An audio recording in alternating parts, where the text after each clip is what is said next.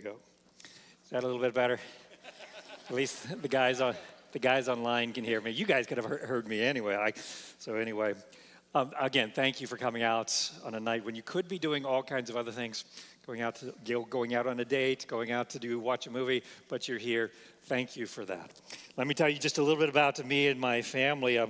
So I'm here with my wife. You'll hear from her tomorrow. So me and Janet, we have our testimony tomorrow morning. So we're going to do some more foundational stuff tonight and then practical stuff tomorrow morning.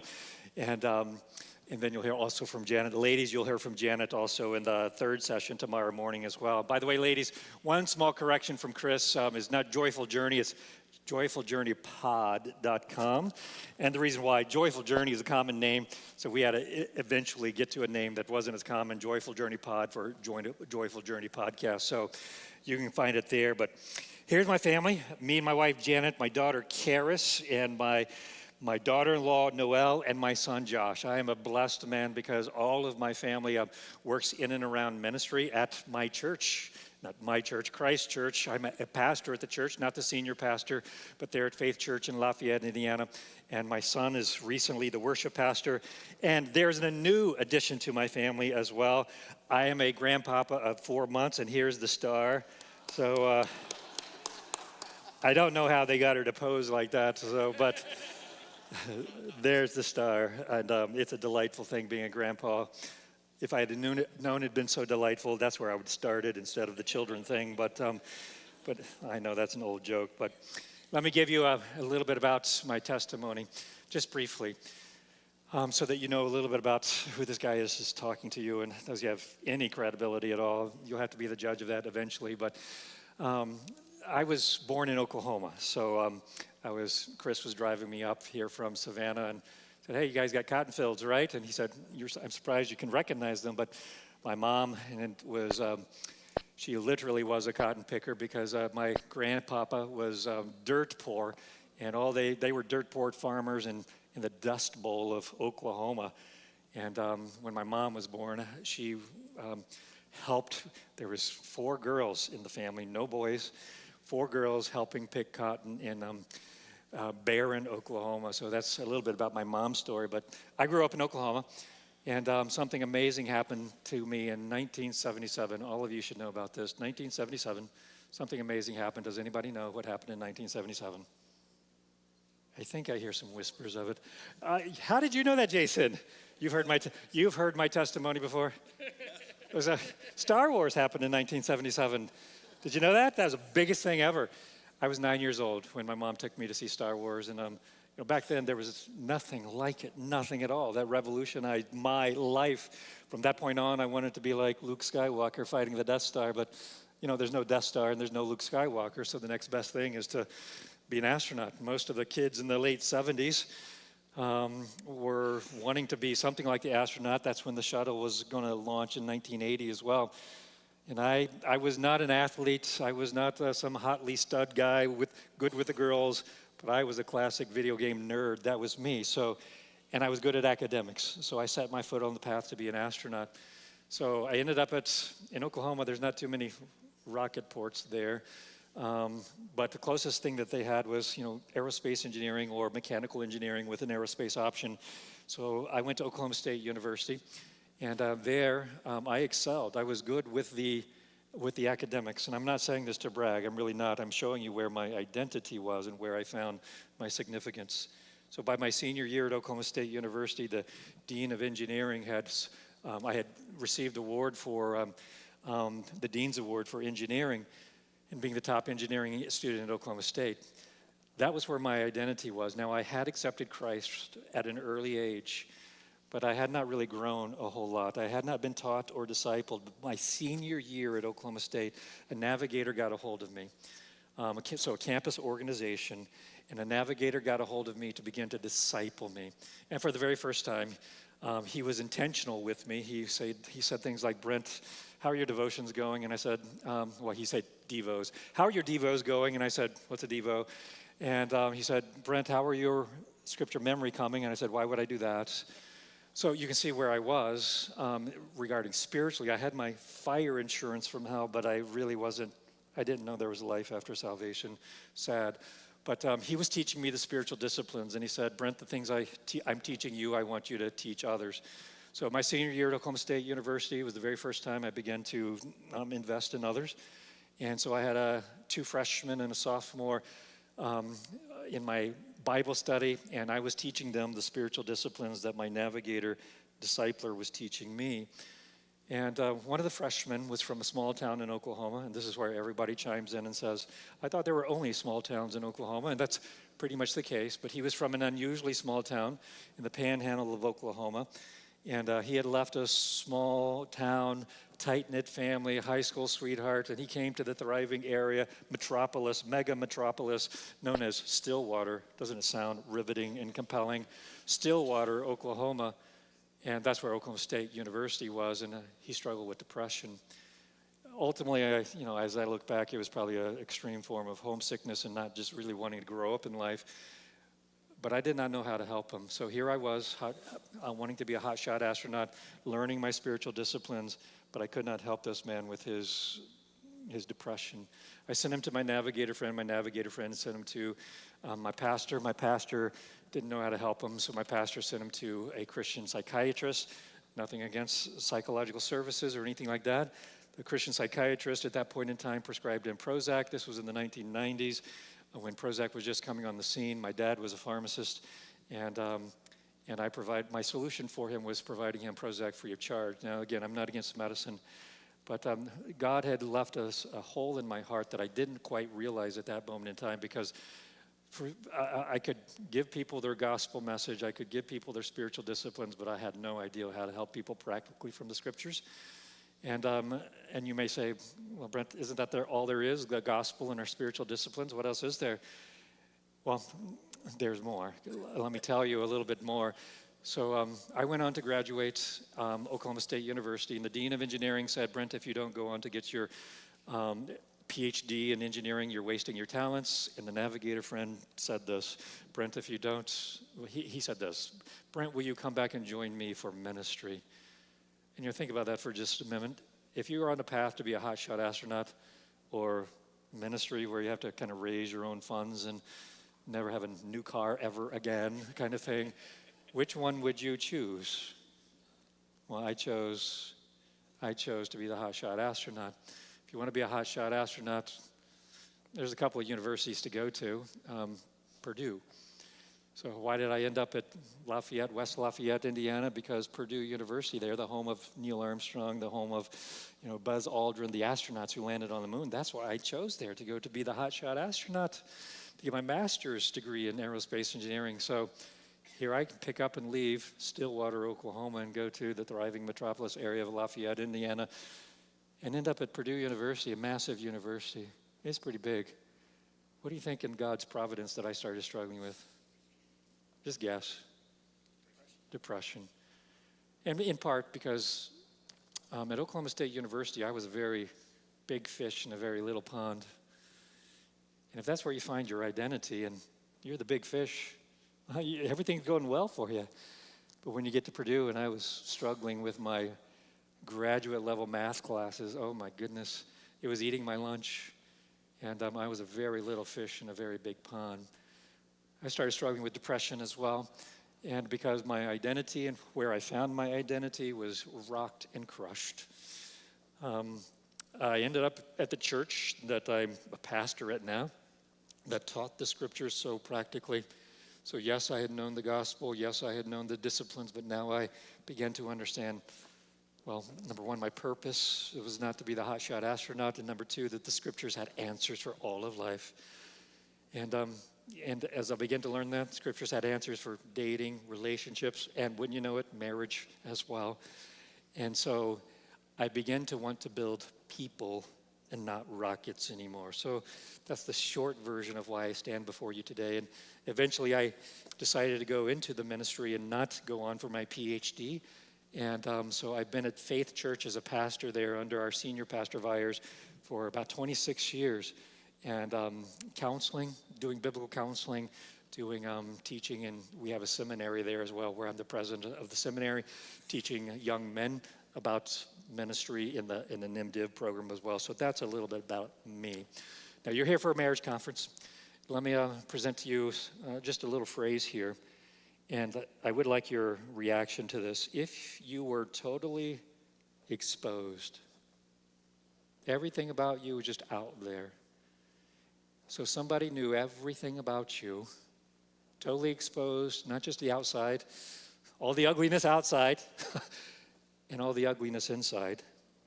If you were just totally exposed in front of somebody, but you were totally loved. Just tell me, what would that do for you? If you were totally exposed, but they loved you anyway. What would that do? What would that do for you? What would that do for you? This is time for you to talk. Raise your hand. What would that do for you if you totally exposed all the outward ugliness, all the inward ugliness, but somebody was just saying, I totally know you, but I totally love you? What would that do? You would have a sense of confidence in life, wouldn't you? Okay? So you wouldn't have some kind of a existential crisis when there was a bigger fish in the pond than you, because you would have confidence and it was not based upon your ability to perform. What else would that do for you? Totally exposed, but totally loved. Anything else that would do for you? My wife knows all the answers, so. But she can prime the pump here. Janet, what would that do for you? Make me feel totally secure and safe. I would be totally secure. I would be totally secure and safe. And out of that position of safety, then I could be vulnerable with other people, including my spouse. Tim Keller says this: when over the years someone has seen you at your worst and knows you with all of your strengths and flaws, yet commits him or herself to you wholly, it's a beautiful, consummate experience. To be loved, to be loved but not really known is comforting, but it's really superficial. To be known through and through and not loved is our greatest fear. Somebody will know me and then they'll reject me. But to be fully known and truly loved, that's what we need more than anything. That's a safe place, secure, confidence. And out of that basis, we can then begin to love others. So that's what we're talking about tonight and tomorrow, a safe place in your marriage. So our purpose, Jan and I's purpose in conducting a marriage conference like this, here's what it is: Taste of Eden. Only tastes, because we're not in Eden. We're waiting for Eden 2.0, so we're east of Eden right now. But there's taste, okay? But our goal is to provide a vision or a goal of what marriage was originally intended to be, a safe place. Okay? And then number two, what hinders that in our marriages? And then number three, how to begin to find another sanctuary that gives us that total exposure but total love so that we can love our spouse appropriately. I've been married for 30 years. This is our 30th anniversary right now, and I tend to view my marriage as a sanctuary where each of us know one another's struggles. We are working together through the issues of life, and that was not the case always, and Janet and I will tell you about that tomorrow in our testimony. We were more competitors than teammates. So let me also up front, full disclosure here in regard to the problems of a conference like this. Setting expectations, number one, setting expectations that cannot be fulfilled. So please remember that Janet and I cannot promise that all your desires for a beautiful marriage on earth will be fulfilled. That's not what God promises. You're at a marriage conference, and I'm telling you up front, I can't promise you that a weekend here is going to change everything, okay? But maybe it can change you, okay? So C.S. Lewis says, human history is a long and terrible story of man trying to find something other than God that will make him happy. So I'm not here to say marriage is the one thing to make you happy.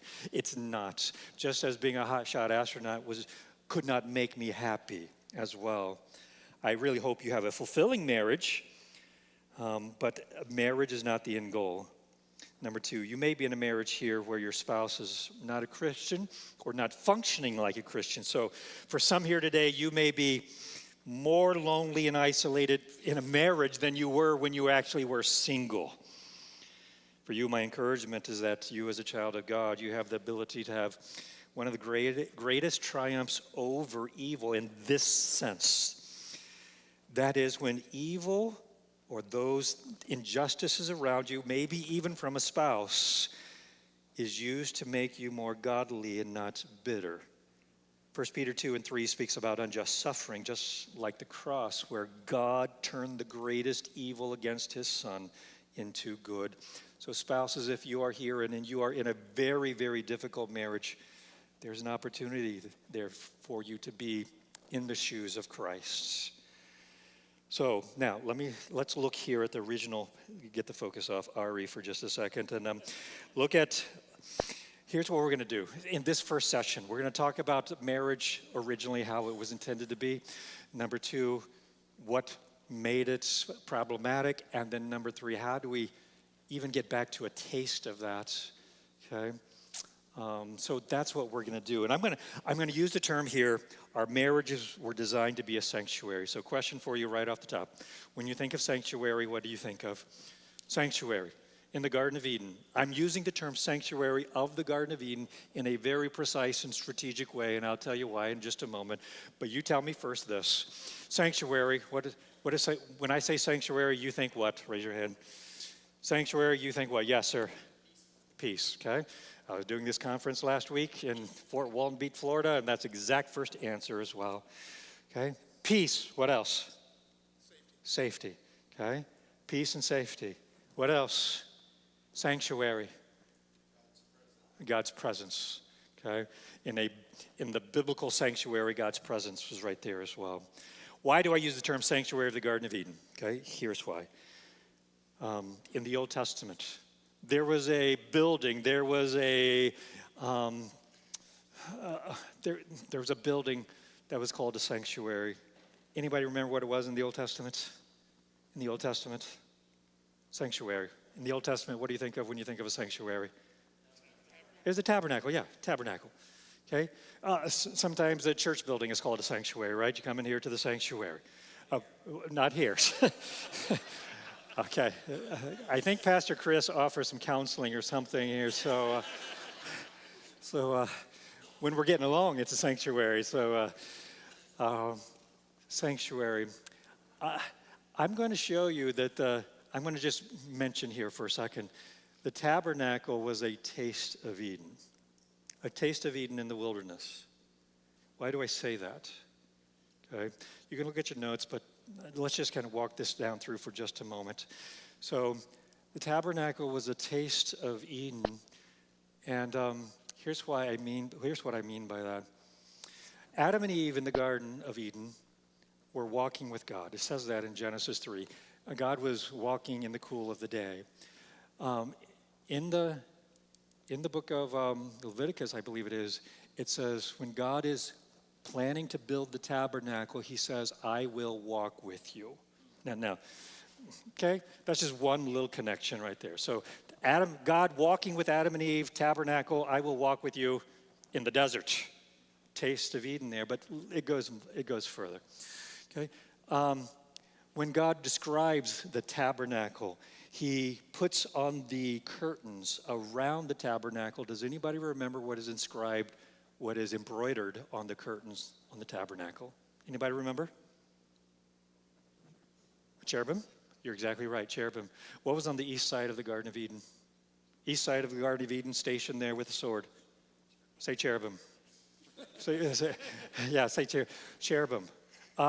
Tabernacle was decorated with all kinds of gold and silver and precious jewels. What was in the Garden of Eden?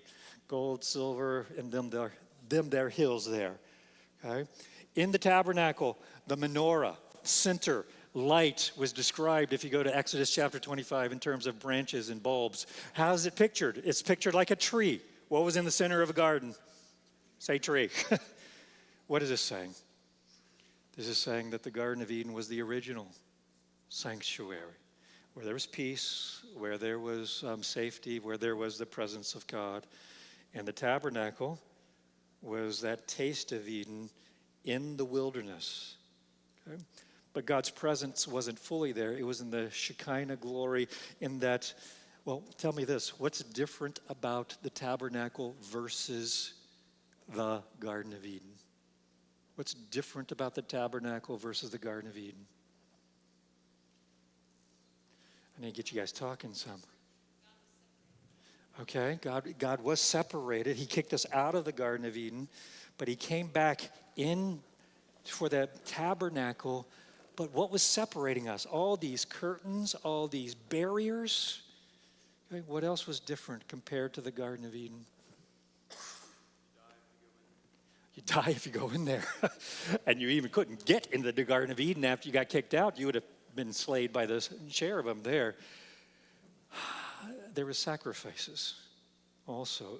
It was as if God had to cleanse his holy home with the Clorox of the blood of bulls and goats, as if that was the Clorox that cleansed his home from the stain of our sin. So that was there as well. So here's why I'm saying the Garden of Eden was a sanctuary, because it has all of the similar themes that we call the tabernacle as a sanctuary as well. So you can see that in your notes there. I just went through all of that. Now, existence in the Eden sanctuary, the term Eden actually means delight. So Eden, God wanted to dwell with his people in delight. So marriage, and I'm going to say sex, all the things that were a part of marriage in the beginning in the Garden of Eden, it was the garden of delight. So that's what the word Eden means. Also, the existence in the Garden of Eden sanctuary, it was abundant life. I mentioned the tree of life, and I'm going to introduce a theme here that I'm going to kind of carry throughout the rest of our time together, so tonight and tomorrow. Thomas Howard, in a book, The Nights Far Spent, states this, that the choreography of heaven is my life for yours. Let that sink in just for a moment. The DNA of heaven, the dance of heaven, is my life for yours. Okay. That is, my life for yours is such an integral function of life in the universe that God made it a part of the very beginning. How was it that Adam and Eve existed? In Genesis chapter 2, verse 7, God breathed his breath life into dirt, and man became a living being. And then he also planted the tree of life there as well. So your life that you have right now, we do not exist without this principle.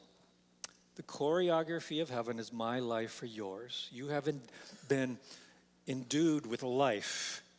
And the reason you exist is not because of your own self-existence, but because of somebody else. And let's just illustrate that with earthly terms here. Let me ask you, from conception to 3 years old, what do you remember? From conception to 3 years old, what do you remember?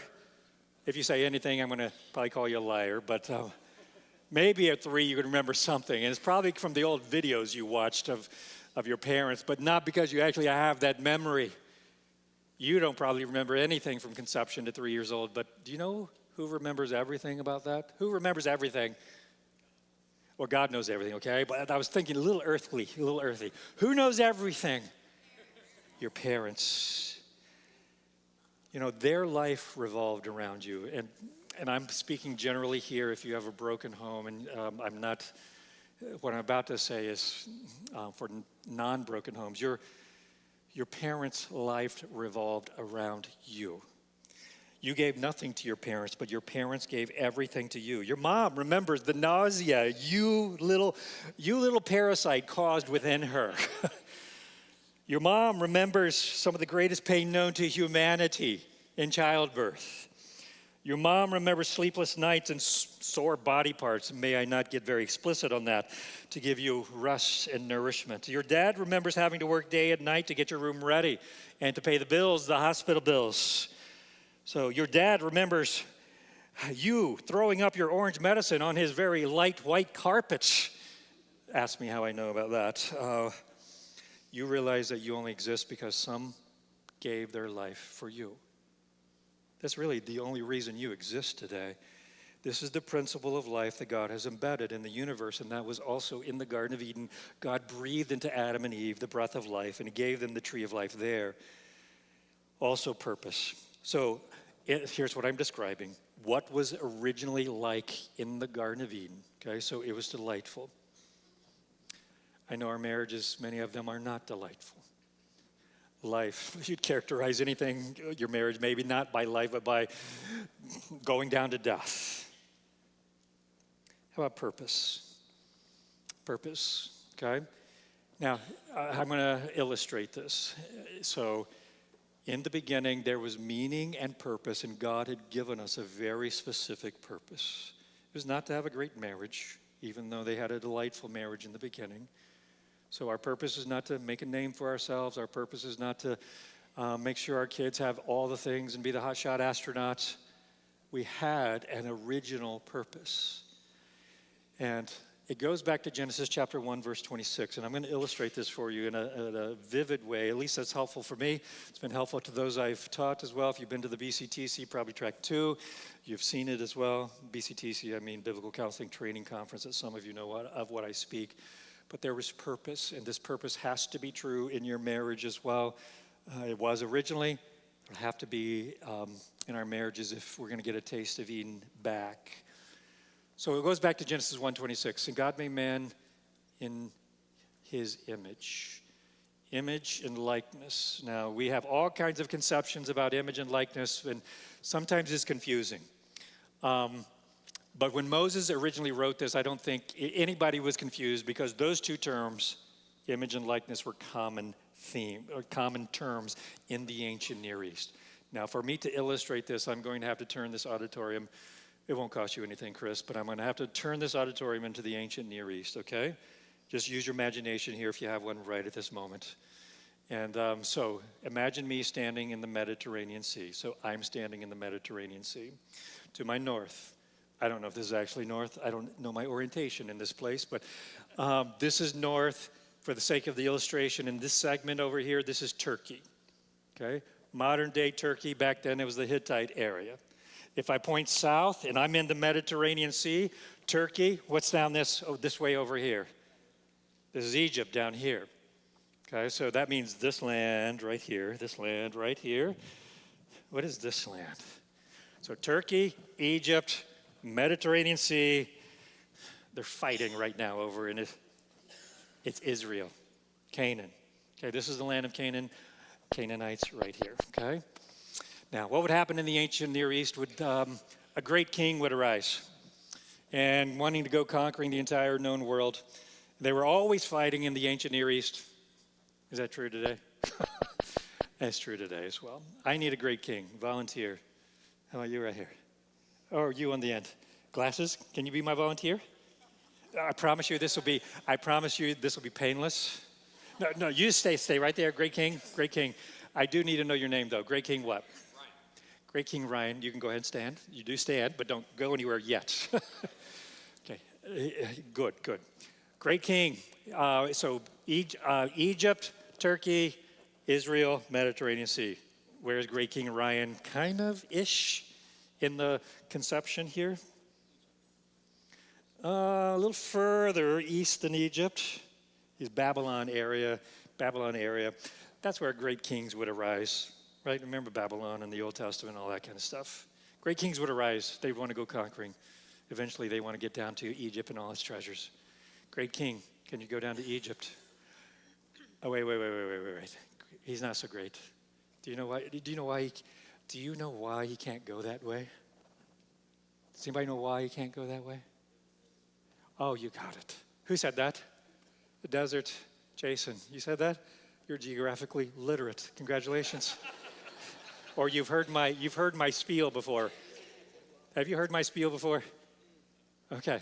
He's got all my answers. He said Star Wars, and now he's saying this. So, Chris, did you tell him all the answers? Okay. His armies would die in the desert. He can't get to Egypt from that area. He has to go around the Fertile Crescent. Okay, so here's what I want you to do, Great King Ryan. Go around the back. Yeah, back. Well, not quite through India, but it appears that way. But go around the back, and come all the way around the back, Fertile Crescent, Tigris and Euphrates River. I promise you this is going somewhere. He's coming down the Tigris and Euphrates River, okay? Great King Ryan eventually comes to the Hittite area. Conquer the Hittites, if you will, please, Great King Ryan. Oh, nice. He's got some jujitsu kind of moves here. Conquer Israel, if you will, and conquer the empty land of Egypt. Nobody's sitting over here. So now great King Ryan has conquered the entire known world at that point in time, and he wants to go back and enjoy his spoils of the world in Babylon, sitting on his throne and enjoying his great kingdom. But before he goes, he leaves something in his place. Imagine that you're in Egypt for just a second. So what is your name? Houston, great. Can you stand up, Houston? Doesn't he look like the great king? Absolutely. Chris, brothers. Chris, if you could stand up. And man in black for Turkey on the end. Man in black, front, 1, 2, 3, third row. What's your name? Tim? Okay, Tim, Chris, and Houston. These are images and likeness of the great king that the great king built. In the ancient, so they're statues, stone statue, wood statues, and they're of him. Tell me what their purpose is in the lands. When people see them, what are they supposed to be reminded of? The great king. What about it? What about the great king? He's great. His rule, his value system, the value system of his kingdom. Anybody want to guess what the 2 words used of those statues are in the ancient text? You want to guess? Say it. Image and likeness. So let us make man in our image and in our likeness. How many great kings ultimately are there? There's one. What is our purpose? He made us in the image and likeness of the great king. What is our purpose? When people see us, what are they supposed to be reminded of? That I'm of my greatness of being a hotshot astronaut? Is that what people are supposed to be reminded of? People are supposed to see the great king and his value system in me. When people look at me, they're supposed to see God and his value system. All right, thank you, men. Great King Ryan, go through the desert this time. Go through the desert. I'll give you transporter ability. So there is one person that you're supposed to make a name for, and it's not yourself. If you're in your marriage so that you can build your career and build your name, that's not your purpose.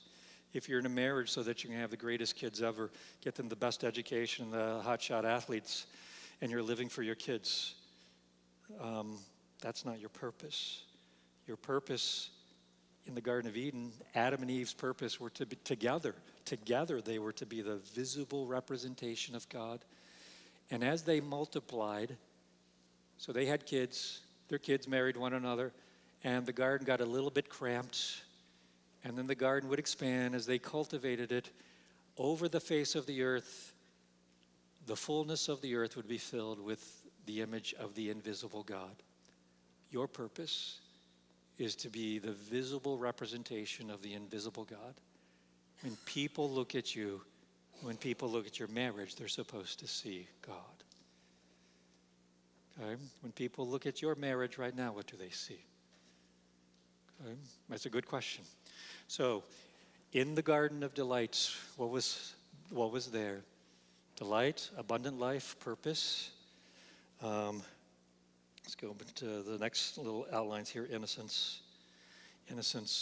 Adam and Eve were innocents, even though the text does not say the word innocence. So how is innocence pictured in the Garden of Eden? How is innocence pictured in the Garden of Eden? Naked and not ashamed. Who do you know that runs around naked and not ashamed? Don't say your spouse. Who do you know that runs around naked and not ashamed? Toddlers. They have no concept of something that is broken or that they should be ashamed of, so there was no shame there. So Adam and Eve are pictured in childlike innocence. They are not children in terms of, I don't know how old they were. God did not create toddlers, but he created childlike innocence. They also did not know the difference between good and evil. That's another picture of innocence. So innocence in the Garden of Eden. There was no need to cover themselves in any way. There was no shame. Intimacy. There was also intimacy with God and spouse. How was that shown? Intimacy. Intimacy with God and spouse. Intimacy. So we don't have to read it, but if you know the story, intimacy with God and spouse. Think about that. Again, the word intimate is not used. Walking together. So walking together is one. Anything else? I think it's partly the same imagery. They were naked and not ashamed. And here's what I mean by that. Between Adam and Eve and God, there was not even an article of clothing. So we got spotlights right here. So the text, the scripture says God is one who dwells in unapproachable light. And Adam and Eve could stand in front of the brilliance of the Lord and not have a thought of covering. There's no darkness in me. There is nothing in me that I need to hide from this great luminous being. They did not need to cover. Okay? And also, intimacy. God reached down into the dirt and molded with his hands Adam and breathed into them. The choreography of heaven, my life for yours. So breathed into Adam, so intimacy there. And also in the way, intimacy between Adam and Eve. Tell me this, what was Adam made of? I just mentioned it. What was Adam made out of? Dust, dirt. What was the animals made out of? If you remember the story, say dirt. Dirt. What was Eve made out of? Adam. It wasn't close enough for Eve to be made out of dirt as well. She had to be made out of him. So, and when Adam wakes up, he says, this one is bone of my bone and flesh of my flesh. So intimacy was there. So here's the picture. The Garden of Eden, delights, purpose, life, innocence, and intimacy. And then let's think about our marriage. Okay? Is that where our marriages are? Okay? No, because we're east of Eden. We're outside of the garden. But that's what a marriage was intended to be in the first place. That's the original beautiful vision. So now we're east of Eden, outside. And you know the story about what happened, but everything that was true of marriage and the Garden of Delight is now opposite. Okay, so don't look at your notes for just a moment, but what's the opposite of closeness or intimacy? What's the opposite of intimacy? It's separation, or the word alienation. So alienation.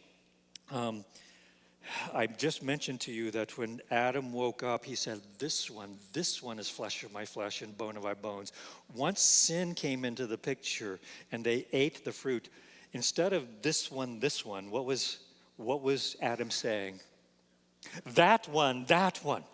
Friends, you can see the separation already beginning right there. Already beginning. Okay?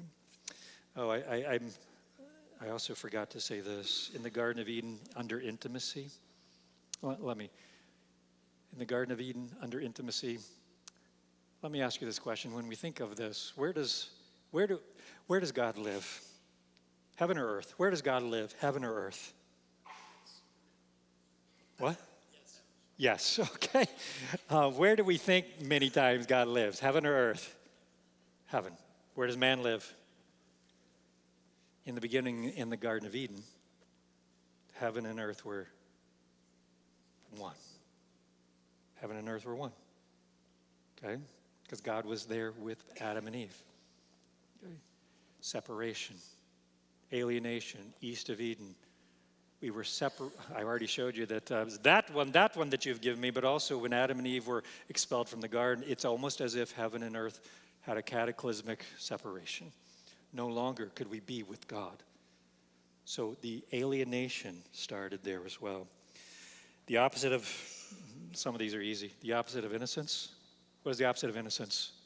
Guilt, okay? So now, Adam and Eve feel guilt, and we know they are guilty, but there is a feeling of guilt, and they experience shame for the very first time. They experience shame. And now they have a need to have a constant covering, because as they are in front of the God who dwells in unapproachable light, they reach for something. Something is now is darkness in me. I can't stand before the God who dwells in unapproachable light. So something has gone wrong here, and they reach for coverings. And I'm going to submit to you that also their childlike demeanor continues. Because, let me ask you this, are children good? Are children good at hide and seek normally? No. You know, many times when little Joshua, so Joshua's my son's name, Joshua puts his head under the table playing hide and seek, and he says, Daddy, Daddy, where am I? And he thinks he's hidden, but his bum is sticking out. You know where he is. Adam and Eve go put on fig leaves, and where do they go hide? They go hide in the trees. What are they acting like? They put on leaves and go hide in the tree. What are they acting like? Trees. From the God who made the trees and God who made them, God knows the difference. He knows the difference. So they're reaching for inadequate coverings to shield them from the God who dwells in unapproachable light, because now they have stains in them. Like, how did this happen? Adam and Eve reaching for their own wayward attempt to personal fulfillment. My life, not for you. My life for me. Okay? My life for me, always, always, always, if you will, please say always, say always. My life for me always results in separation. Think about that. If I'm living for me, it will always result in separation. Why is that? Think about that. It will always result in you ending up lonely, even though you're filled with people or around people. My life for me will always result in separation. Why is that? Why is that? Need you to think. I need you to raise your hand, give me some answers. Why is this? What does my life for me do that destroys relationships? It does isolate, okay? What else does it do that destroys relationships? What? Conflict. We're going to talk about that in the next session. My life for me destroys relationships. How? Sucks me into me and away from everybody else. Okay? So this is how that happened. Also confused purpose. So what is my purpose? I'm going to have you repeat this over the course of this weekend. I am the visible representation of the invisible God. Visible representation of the invisible God. So when I ask you, what is your purpose? I am the visible representation of the invisible God. Just rolls off the tongue, doesn't it? Maybe not. Okay? When people look at you, they're supposed to see God. Now, their purpose has changed. I'm going to fast forward here for just a moment. And the way to best illustrate this, so if we're going to represent God in our purpose, then we're making a name for God. We're not making a name for ourselves. Fast forward past the Garden of Eden, past Genesis 3, past the flood, and you get to the Tower of Babel. And they were all dwelling in the land of Shinar. Their language was one, and they said, let us build for ourselves a tower whose top will reach into heaven. It's just fascinating. They want to bridge the gap between heaven and earth. Heaven and earth has been separated. Let us build for ourselves a tower whose top will reach into the heavens, bridging the gap between heaven and earth, some way as if they could do it. And let us make a what for ourselves? Let us make a what for ourselves? A name. If you want to make a name for yourself, God will give you a name. Because he gave them a name in this story. God says, let's come down and see what tower the men have built. And then he confused their languages and all that, and he gave them a name. Do you remember what name he gave them? What is this called? The Tower of what? What does Babel mean? If you look at your little footnotes there, not in my notes, but in your Bible, sometimes it'll footnote the word Babel as confusion. Here's my point. Anytime you make a name for yourself, it always, always, always, if you will, please say always, always results in confusion. Because you've confused your purpose. Okay? So, So, in the Garden of Eden, you were to make a name for God, spread his glory throughout the earth. East of Eden, there's only one other purpose. There's only two choices here. Make a name for God or make a name for self. And if you make a name for self, that will always bring confusion. Is there confusion in your marriage? Then one or both of you is making a name for yourself. We'll talk about how later. This one is easy. What's the opposite of life? Opposite of life. Okay, there you go. You guys are so smart here in Georgia. And including the death of relationships. As we live for ourselves, how does this happen? One of the defining attributes of modern Western society is how we find our identity.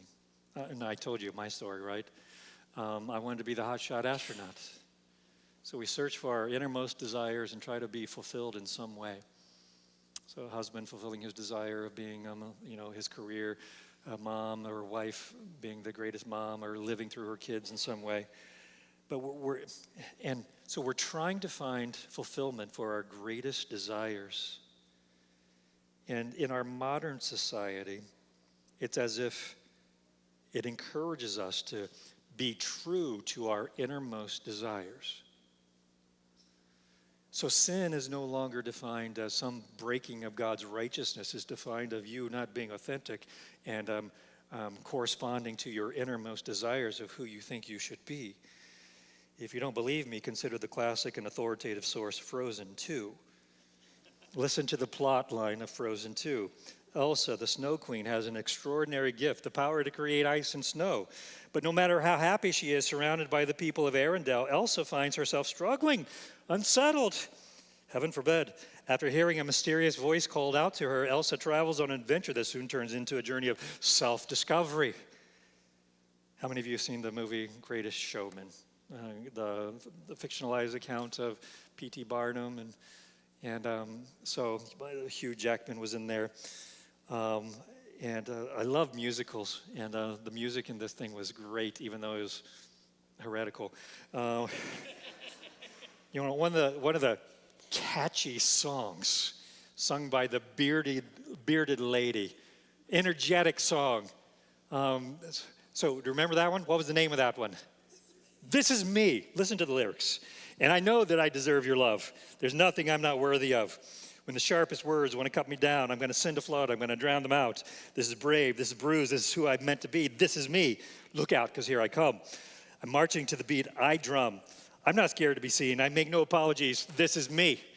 Okay? You can see my life for me. The older generation may be sitting here thinking, yeah, that's the problem with the younger generation and their entertainment. Frozen, Greatest Showman. The younger generation is the problem. Well, older generation, let me just ask you, do you remember this? Here's a song from your generation. For what is a man? What has he got? If not himself, then he is not. Not to say the things that he truly feels, not the words of somebody who kneels. Let the record show. I took the blows and I did it. You older generation started all of this. Okay. The emphasis on finding yourself and being true to your innermost desires has not worked. Making a name for yourself according to what you think has resulted in modern day confusion where we cannot even discern gender identity anymore. And if you're here or you have family members struggling with gender identity, I'm not condemning. I'm saying this is true from the Bible, that if we make a name for ourselves, trying to be true to our innermost desires, it'll result in confusion. Confusion that we haven't ever thought about before. That somebody who is born a biological male says, I was born to be a girl, but I'm in a male body. How can that be? The Bible explains it. You make a name for yourself, trying to be true to your ever-fleeting desires. It results in confusion. And ultimately death. Death, and yes, physical death, but death in my relationship to God and death in my relationship to death in relationships. Death in relationships.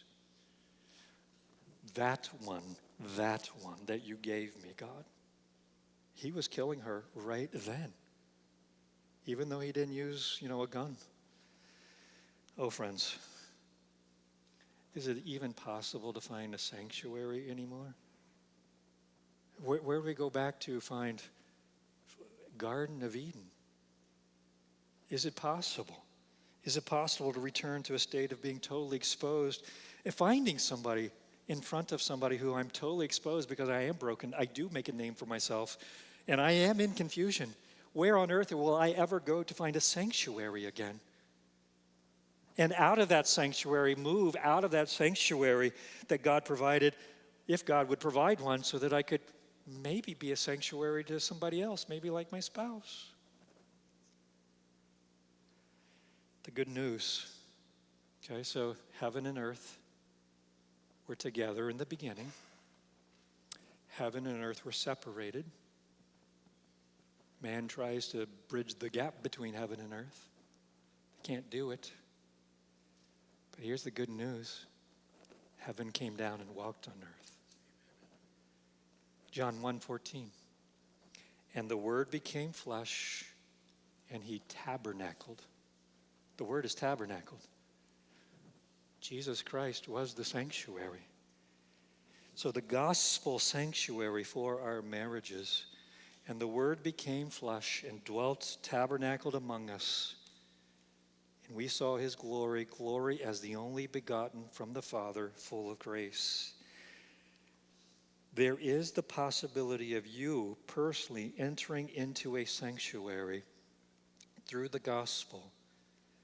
How is that possible? Because when heaven came down to earth again and walked on earth, remember, what is the choreography of heaven? Tell me the choreography of heaven is my life for you. When heaven comes down to earth, the choreography of heaven is coming down with them. And the only way you'll have life again, my life for yours. John 1:4, in him was life, and that life was the light of men.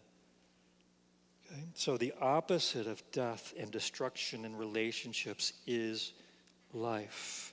And the possibility of me having new relationships with the one who made me. And then if I dance the choreography of heaven as well, allowing that to come out to others. Okay? Furthermore, the gospel sanctuary brings the possibility of intimacy now with God. He walks with me. And thus the possibility of extending that intimacy to others as well. Intimacy restored with God. Just a quick verse there, John 17. Christ prays this. Christ prays this the night in the Garden of Gethsemane. Less than 12 hours before he was to dance the choreography of heaven. And this is what he's praying for. As he's about to face separation from his Father, he prays for our intimacy. For their sakes I set myself apart, that they themselves may also be sanctified in truth. I do not ask on behalf of these alone, but for those who also believe me through their word, that they may be one. You understand that I can't be one if there's walls up, me covering myself. I cannot be one without dancing the choreography of heaven, my life for yours, and being vulnerable with somebody else. No, so intimacy restored with God and others. Oneness comes when walls are down. Walls are down when I am vulnerable, so I don't have to cover anymore. My shame has been covered. I don't have to constantly cover myself and be better than my spouse or be better than the other hotshot Purdue astronauts. I don't have to be better. Think with me on this. There's no more condemnation covering, needing for you to cover your own brokenness anymore, including in your marriage. Let me explain that for just a moment. When you in the Garden of Eden, Adam and Eve felt the innate sense of exposure in front of everyone. Okay, They had the shame of their nakedness. Scripture picks up that theme in terms of they need coverings. When is the day on your earthly life that you will be the best dressed ever? When is the day on your earthly life that you will be the best dressed ever? Your wedding. When Isaiah is reaching for a metaphor on which God will clothe the shame of our nakedness. In Isaiah 61:10, which is a reference up there. You don't have to go there. I'm going to read it for you. Isaiah 61:10, I will rejoice greatly in the Lord. My soul will exult in my God, for he has clothed me with garments of salvation. And here it is. He has wrapped me with robes of righteousness, covering the shame of my nakedness. Here's the metaphor. As a bridegroom decks himself out, and as a bride adorns herself with jewels. And don't stop there for just a moment. Tell me, on the cross, where was Christ's clothing? On the cross, where was Christ's clothing, my friends? So if they were being gambled away by the soldiers, where were they not? They were not on him. So Christ on the cross was stark naked. And I know we don't picture him that way, appropriately so in our minds, because we're innately trying to cover the shame. But he was naked on the cross. Theologically, why was he naked on the cross? Why was he naked on the cross? Oh, there's so much significance there. Why was he naked? Think about this also. The Gospel of John says, Isaiah saw Jesus. What? Where did Isaiah, Old Testament, see Jesus? The only possible place is Isaiah chapter 6, when Isaiah saw God high and lifted up in the heavenly throne and all of that. And there, as Isaiah was looking, there were cherubim, seraphim hovering around him. Two of their wings were covering what? Their eyes. Cherubim would not dare look on the glory of Christ. But on the cross, he was stark naked for every passerby to see that. Why? He was bearing the shame of your nakedness so that you could be clothed in his righteousness as a wedding garment. So now I can stand before God who dwells in unapproachable light in the best garments ever. And when I do, my friends, what does that give me? Confidence, safety, security. So if my spouse says something like this, I have something against you, Brent. I'm secure in Christ. I don't have to be defensive and cover myself. When I came to the cross in the beginning, I already said I'm the most wicked sinner ever that deserved the slaughter of the Son of God and the exposure of the Son of God from whom angels would cover their face. My sin merited the exposure and the shame of my Savior to cover me. I've already admitted I'm the worst sinner ever. When my spouse comes to me and says, there's a problem I have with you, would you consider this? Why do I have to consider? Why do I have to cover? Why do I have to blame shift? Why do I have to do one up that woman that you gave me and kill the relationship even more? Friends, do you see?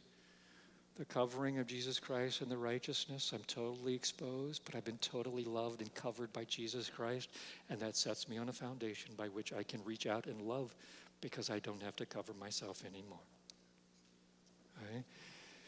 And there's restored purpose. Romans 8:28 and 29. Many of us know this verse. For we know that God causes all things to work together for good, to those who love God, to those who are called according to his, what was it again? To his what? Purpose. For whom he foreknew, he also predestined to become conformed to what? The image of his Son. Image. There's that language again. His Son was the perfect visible representation of the invisible God. And his son was the perfect image of the visible, he was the perfect visible representation of the invisible God, dancing the choreography of heaven. And he's changing us into that image, which means we dance the choreography of heaven, my life for yours, so that he might be the firstborn among many people who dance the choreography of heaven. Okay?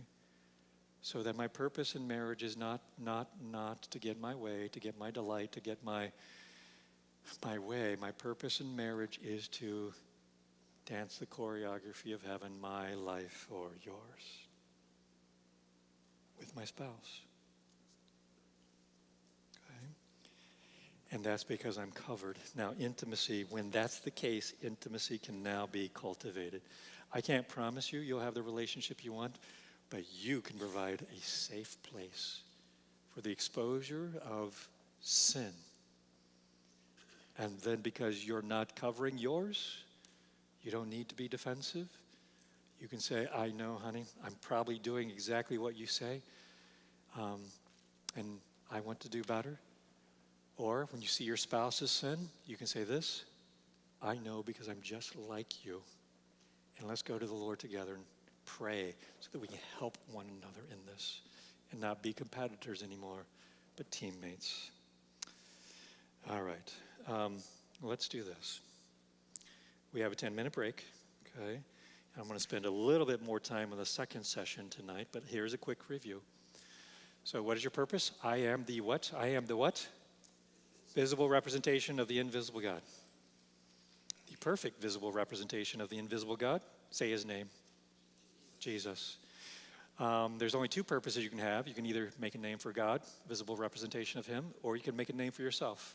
If you make a name for yourself, you'll get a name. What name is that? Confusion. And Christ bore the shame of our nakedness so that we might be clothed how? In his righteousness. And then, if I believe that, I don't have to be defensive anymore. I can reach out from that sanctuary of my safe place in Christ and provide a sanctuary for others, including my spouse. All right, let's take a 10-minute break and be back here at, take an 11-minute break. I'll be generous.